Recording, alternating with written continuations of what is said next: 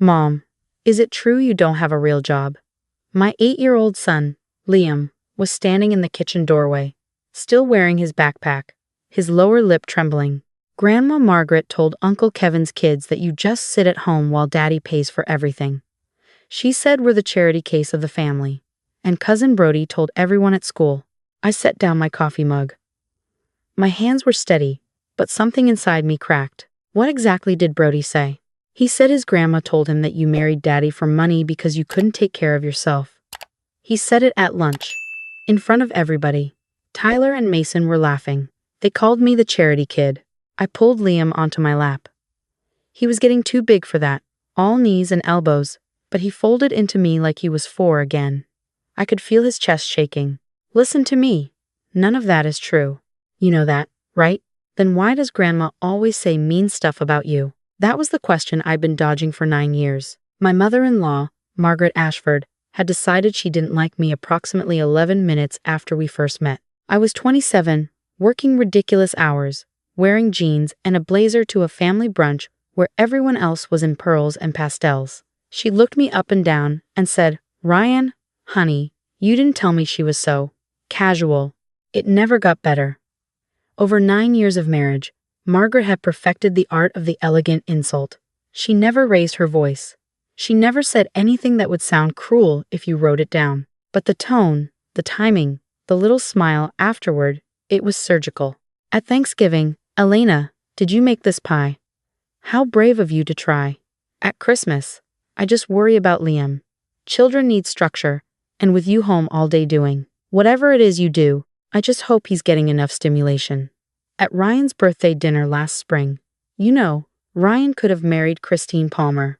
She's a pediatric surgeon now, but he chose love over practicality. And I respect that. Ryan always defended me. He'd pull his mother aside, have quiet words. She'd apologize with a smile that never reached her eyes, and then do it again 2 weeks later. It was a cycle we'd accepted like weather. But this was different. This had reached my son's school. This had followed Liam into his cafeteria and given other kids ammunition.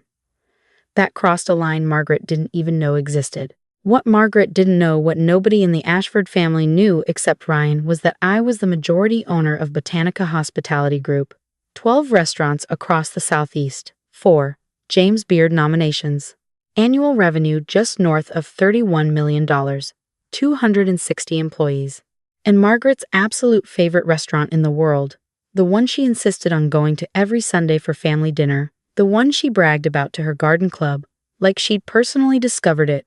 Rosemary and Vine in Buckhead was mine. I'd started in food at 19, not cooking, sourcing. I had a weird talent for finding ingredients, small farms, hidden producers, forgotten varietals. I'd worked as a buyer for a restaurant group in Charleston, saved everything, and at 24 bought a failing cafe with my savings and a small loan from my college roommate, Priya, who'd just made her first money in tech. I turned it into a farm-to-table spot that got written up in Atlanta magazine within 8 months. By 28, I had 3 restaurants. By 32, I had 8. Now, at 36, I had 12, with 2 more in development. I kept it quiet for reasons that were partly practical, partly personal. The restaurant industry is brutal enough without family dynamics complicating things. Ryan's family was old Atlanta money. His father had been a real estate developer before he passed, and Margaret still lived off the portfolio. They were the kind of people who talked about money constantly while pretending they never thought about it. If they knew I was wealthy, every interaction would be filtered through that lens. Every gift would be scrutinized. Every disagreement would become about power. So I let them think I was a freelance food consultant, someone who occasionally helped restaurants with their menus. Low-key, unimpressive, exactly the kind of woman Margaret could look down on without consequence. Except now there were consequences. They just landed on my 8-year-old. After Liam went to bed, I sat in my home office, the room Margaret always called your little hobby space, and opened my laptop.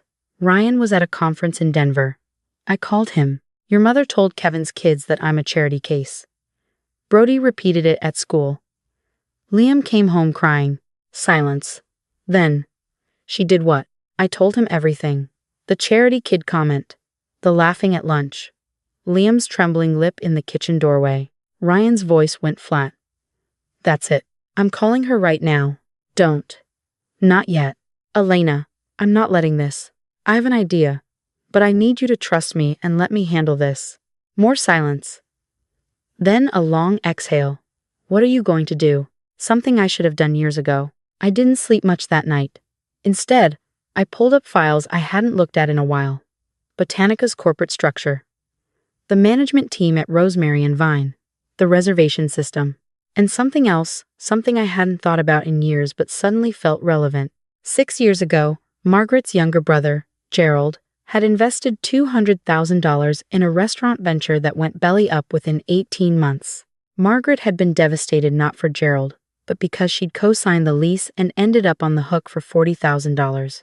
She'd complained about it for 2 solid years. Restaurants, she'd say, shaking her head. Money pits. Only fools invest in restaurants. She said this every Sunday, at my restaurant, while eating my food, while her server refilled her sancer, and her compliments went to the genius chef she'd never met who was actually my executive chef, Daniel, who I'd recruited from New Orleans and paid very well to make Margaret's favorite braised short ribs every single week. The irony had always been private. Now it was going to become educational. Wednesday morning, Margaret called. She always called on Wednesdays, ostensibly to coordinate Sunday dinner, actually to deliver her weekly assessment of my failures. Elena, hello. I'm confirming Sunday at Rosemary and Vine.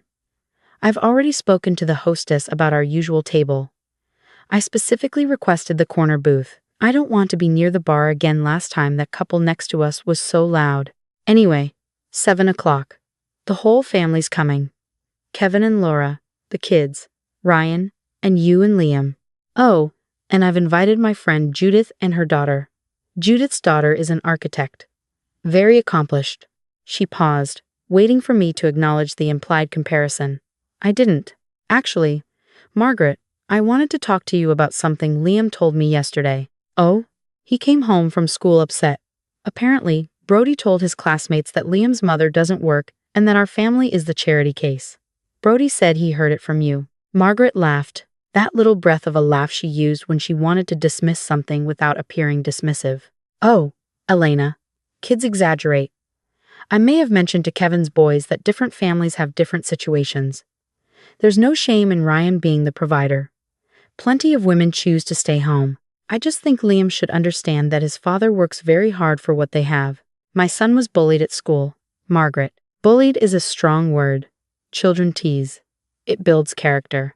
I felt the same cold clarity I felt when I fired a sous chef for stealing from the walk-in, or when I pulled the trigger on a $7 million renovation with 3 days to decide. The moment when emotion doesn't disappear but becomes precision. I'd like to discuss this further. Can you meet me for lunch on Friday? Just the 2 of us. Lunch? Where? Rosemary and Vine. Noon. She sounded surprised but pleased. She loved that restaurant more than she loved most people. Fine. But I hope this isn't going to be one of your dramatic conversations. I don't respond well to accusations. It's not an accusation. I just want to clear the air before Sunday. I hung up and pulled up my contacts. I needed 3 phone calls. First, Daniel, my executive chef at Rosemary and Vine. I told him to prepare the private dining room for Friday. The one we used for VIP events and press dinners. The one with the original artwork and the custom millwork and the wine wall worth more than Margaret's car. Second, Priya, my business partner and CFO. I told her to prepare a 1-page summary of Botanica's current portfolio. Clean, professional, undeniable. Third, my lawyer, Catherine Webb. I told her to draft a brief document outlining Botanica's ownership structure, not because I needed legal protection, but because Margaret was the kind of woman who wouldn't believe something unless it was on letterhead. Thursday night, Ryan flew home. He found me in my office, reviewing the documents Priya had sent over. You're really doing this. I really am. He sat on the edge of my desk. My mother is going to lose her mind. Your mother made our son cry. She gave other children ammunition to humiliate him. He asked me if it's true that I can't take care of myself. Ryan closed his eyes. What do you need from me? Just be at Sunday dinner. And when the dust settles, back me up. Always. I kissed his forehead. He smelled like airplane and hotel soap. He'd been backing me up for 9 years. It was time I stopped asking him to fight this battle with words and started fighting it with facts. Friday. Noon. Rosemary and Vine. I arrived early. The general manager, Simone, met me at the door. She was one of my original hires. She'd been with me since the second restaurant. The private dining room is ready. Daniel's preparing the tasting menu you requested. And the documents are on the table in the leather folio. Thank you, Simone. When my guest arrives, bring her straight back. Of course, Miss Whitmore. Simone smiled. She knew exactly what was about to happen. Not because I had told her, but because Simone was brilliant and had watched Margaret swan into this restaurant every Sunday for years, complimenting everything except the person who actually made it possible. I sat at the table, poured myself sparkling water, and waited. Margaret arrived at 12:08. She was wearing a cream blazer and gold earrings. She looked expensive. She looked like a woman who had never once doubted her place in any room. Simone escorted her in. Margaret looked around the private dining room with visible pleasure. Oh, this is lovely. I didn't even know they had a private room. How did you arrange this? I asked. Margaret sat down. She ordered a glass of Chablis before Simone could even offer the menu. Then she folded her hands and gave me the look, the patient, slightly pitying look she reserved for our conversations. So, you wanted to clear the air. Go ahead. Margaret, what you said to Kevin's children about me, about our family being the charity case, traveled directly to Liam's school. My son was mocked by name, called the charity kid. He came home in tears and asked me if it was true that I can't take care of myself. I told you, children exaggerate. I'm not finished. She blinked. You've spent 9 years implying that I contribute nothing. That Ryan supports me. That I'm somehow less than because I don't have a title you recognize or a career you can brag about at your garden club. I've tolerated it because I don't believe family should be a competition. But you brought my son into it. You gave children at his school a weapon. That's not a misunderstanding. That's cruelty. Margaret's face hardened. Now, listen here. I don't have to sit and be lectured by. You're right. You don't have to sit. But I'd suggest you stay, because there's something you need to know before Sunday dinner. I slid the leather folio across the table. Margaret stared at it. She opened it slowly, the way you open a letter from the IRS with preemptive resentment. The first page was Botanica Hospitality Group's corporate summary. 12 restaurants, 31 million in annual revenue. Founded 2013. Majority owner and CEO, Elena Whitmore. Margaret read it again. Looked up at me. What is this? Keep reading. The second page was the ownership structure. Botanica Hospitality Group. Sole parent company of Rosemary and Vine, Copper and Sage, the Lemon Quarter, and 9 other properties. My name at the top.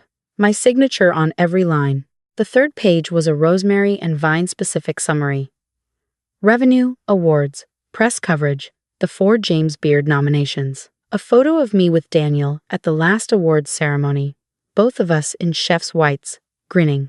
Margaret's face went through about 7 stages. Confusion, disbelief, recognition, horror, anger. Something that looked briefly like shame, and then, because she was Margaret, defiance. This isn't possible. You're a food consultant. You work from home. I own 12 restaurants, Margaret.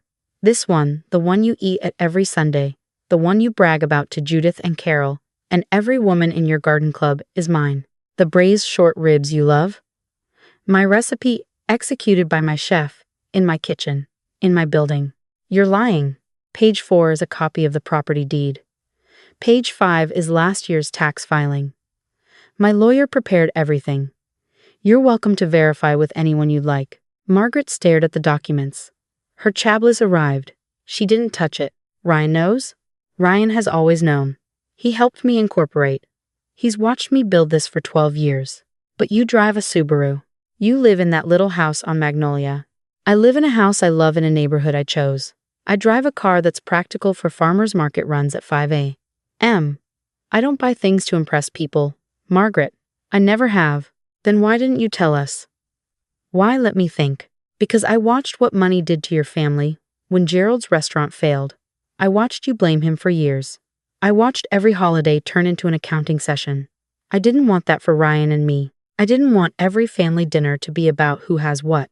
Margaret was quiet for a long time. The private dining room suddenly felt very large. So what do you want? She finally asked. Her voice was smaller than I'd ever heard it. I want 3 things. First, you call Kevin's family today and correct what you said. Make it clear to Brody and his brother that what they repeated at school was wrong. Not exaggerated, not misunderstood. Wrong. And if Brody already, that's your problem to solve. You created it. You fix it. She swallowed. Second, you apologize to Liam. Directly. At Sunday dinner. In front of the family. You tell him his mother works very hard. That you were wrong to say otherwise. And that you're sorry he was hurt. Her jaw tightened. You want me to apologize in front of everyone. You talked about me in front of everyone. Seems appropriate. She looked at the tablecloth. Her fingers were white around the stem of her wine glass. And third is simple. You treat me with basic respect going forward. Not warmth. Not affection. I know that's not who we are. Just respect. No more digs at dinner. No more implying I don't contribute. No more telling your grandchildren that their mother is a burden. Can you do that? Margaret didn't answer immediately. I let the silence work. Finally, and if I don't, then Sunday dinners at Rosemary and Vine stop. Not because I'd ban you, this restaurant serves the public, but because Ryan, Liam, and I won't be there. You'll have your corner booth and your Sancerre and your short ribs, and you'll have them alone. You'd keep my grandson from me. I'd protect my son from being humiliated. There's a difference. Margaret picked up her wine glass, took a long sip, set it down. Her hand was shaking slightly. I never thought you were stupid, Elena. I want you to know that. I thought you were, beneath Ryan, that he'd settled. It's hard for a mother to watch her son choose someone she doesn't understand. I know. This, she gestured at the documents, changes things. It shouldn't. I was the same person last week.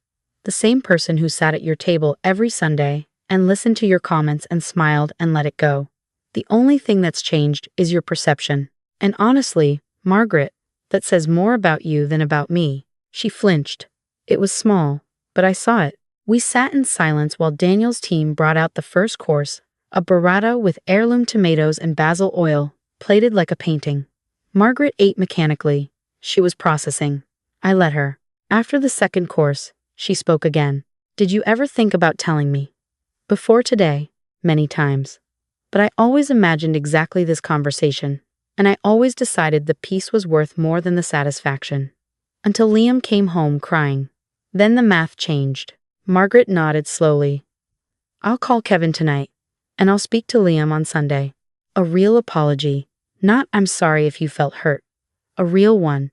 I know what a real apology sounds like, Elena. With respect, Margaret, I've never heard one from you, so I want to be clear. She looked at me, really looked at me for what might have been the first time in 9 years.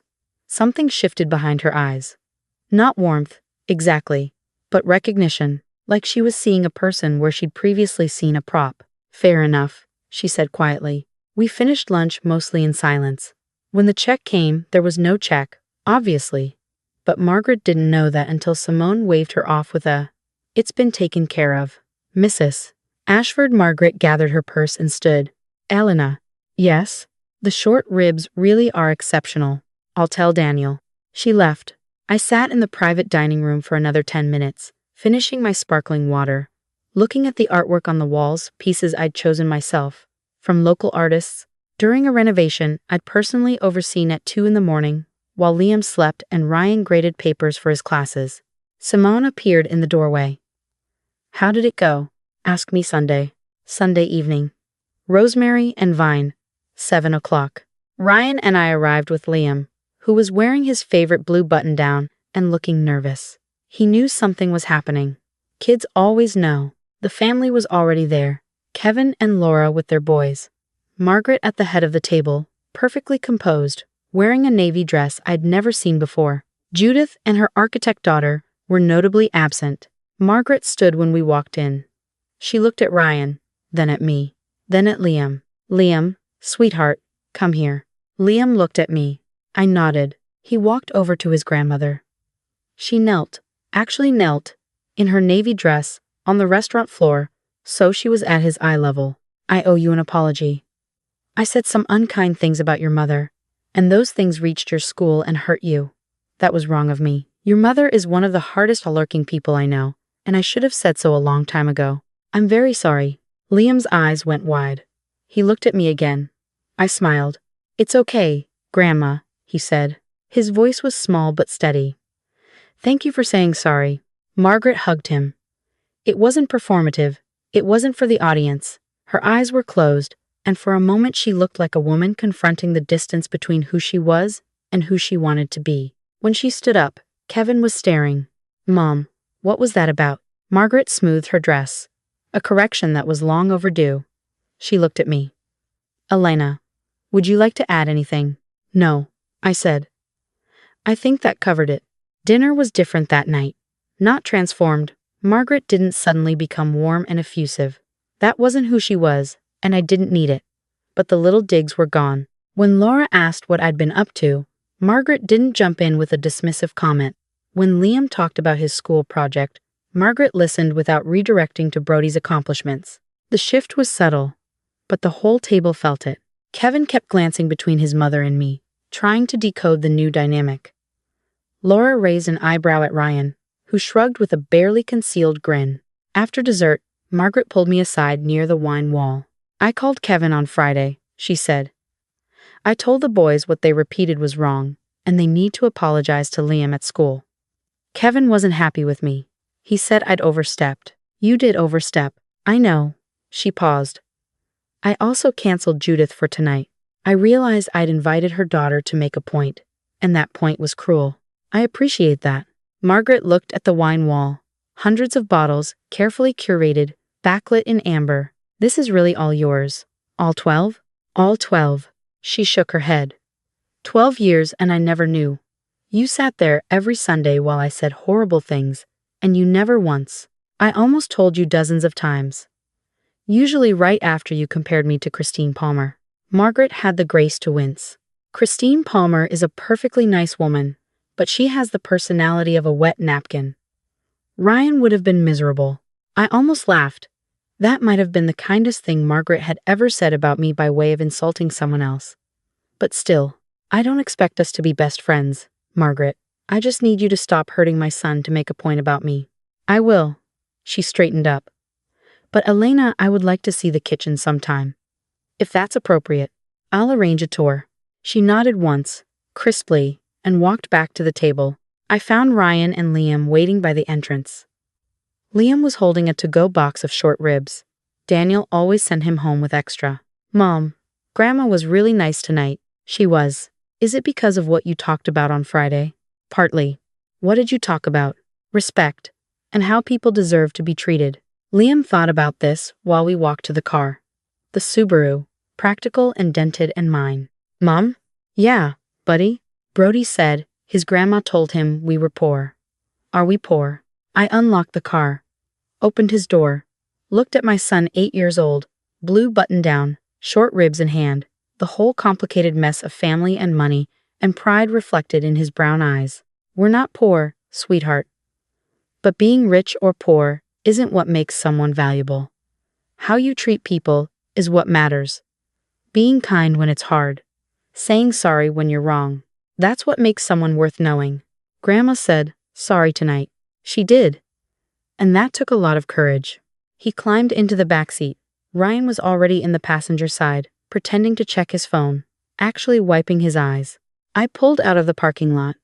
Past the sign I designed myself, rosemary and vine, hand-lettered, backlit in warm gold. Past the kitchen windows where Daniel's team was already breaking down service. Past the herb garden on the side patio that I planted 3 years ago on a Sunday morning, while Margaret was inside, 10 feet away, telling Laura that I'd probably never amount to anything. Some people needed everyone to know what they'd built. I just needed to protect what mattered. And what mattered was sitting in the back seat, eating short ribs with his fingers, humming a song from school, completely unaware that his mother had just rearranged the family's power structure over a tasting menu and a leather folio. That was fine. He didn't need to know the details. He just needed to know he was safe, he was loved, and nobody, not a grandmother, not a cousin, not a single kid in that cafeteria got to tell him what his family was worth. I turned onto Magnolia Street. Our little house was glowing from the inside, the porch light on, the garden messy and alive. Ryan reached over and squeezed my hand. "You okay?" "I'm great." And I was, not because Margaret had finally seen me, but because I'd finally stopped waiting for her to.